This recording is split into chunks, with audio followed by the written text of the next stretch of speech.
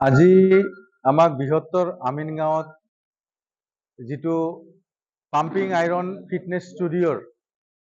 যিসকল ছাত্ৰ ছাত্ৰী আছে আৰু এই ছাত্ৰ ছাত্ৰীক কি ধৰণে প্ৰশিক্ষণ দিছে, এই প্ৰশিক্ষণ দিয়া স্বত্বাধিকাৰীজন আৰু ট্ৰেইনাৰজন তেওঁলোকক আগবঢ়াই দিছে জিলা পৰ্যায় আৰু ৰাজ্যিক পৰ্যায়ত তেওঁলোকক আগবঢ়াই দিছে। গতিকে এই পাম্পিং আইৰণ ফিটনেছ ষ্টুডিঅ'ৰ ফালৰ পৰা যিসকল ছাত্ৰ ছাত্ৰী জিলা পৰ্যায়ত ভাল পাৰফৰ্মেঞ্চ কৰিছে আৰু শিক্ষাৰ্থীৰে গোল্ড মেডেল, ব্ৰঞ্জ মেডেল আৰু চিলভাৰ মেডেল অৰ্জন কৰিছে, তাৰ লগতে তেওঁলোকে জিলা পৰ্যায়ৰ পৰা আকৌ ৰাজ্যিক পৰ্যায়তো ভাল পাৰফৰ্মেঞ্চ কৰিছে। ৰাজ্যিক পৰ্যায়ত ইভেণ্টছ হৈছে আপোনাৰ তেজপুৰত। গতিকে তেজপুৰতো তেওঁলোকে ভাল পাৰফৰ্মেঞ্চেৰে তেওঁলোকে গোল্ড মেডেল, ব্ৰঞ্জ মেডেল আৰু চিলভাৰ মেডেলেৰে তেওঁলোকে নাম অৰ্জন কৰি আহিছে বৃহত্তৰ আমিনগাঁৱৰ। আৰু এই সিলেকশ্যন হোৱাৰ লগে লগে তেওঁলোকে নাম অৰ্জন, এই জিলা পৰ্যায়ত নাম অৰ্জন কৰাৰ লগে লগে এই পাম্পিং আইৰণ ফিটনেছ ষ্টুডিঅ'ৰ আমিনগাঁৱৰ পৰা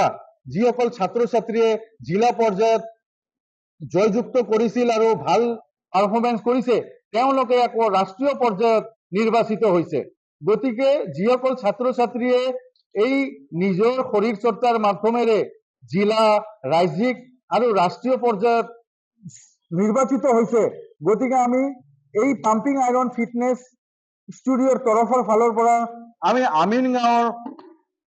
বিশিষ্ট ব্যক্তি আমি আমন্ত্ৰণ কৰি আনি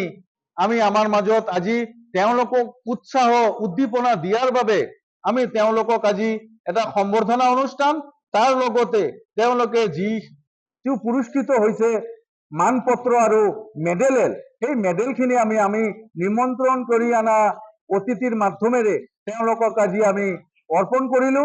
গতিকে আমি তেওঁলোকৰ এই ছাত্ৰ ছাত্ৰীসকলৰ ভৱিষ্যত জীৱন কামনা কৰি তেওঁলোকে যে ৰাষ্ট্ৰীয় পৰ্যায়ত যে নিৰ্বাচিত হৈছে, আমি আশা ৰাখিছো যে যিকেইজন ৰাষ্ট্ৰীয় পৰ্যায়ত নিৰ্বাচিত হৈছে তেওঁলোকে নিজৰ শৰীৰ চৰ্চাৰ মাধ্যমেৰে, পাৱাৰ লিফটিঙৰ মাধ্যমেৰে তেওঁলোকে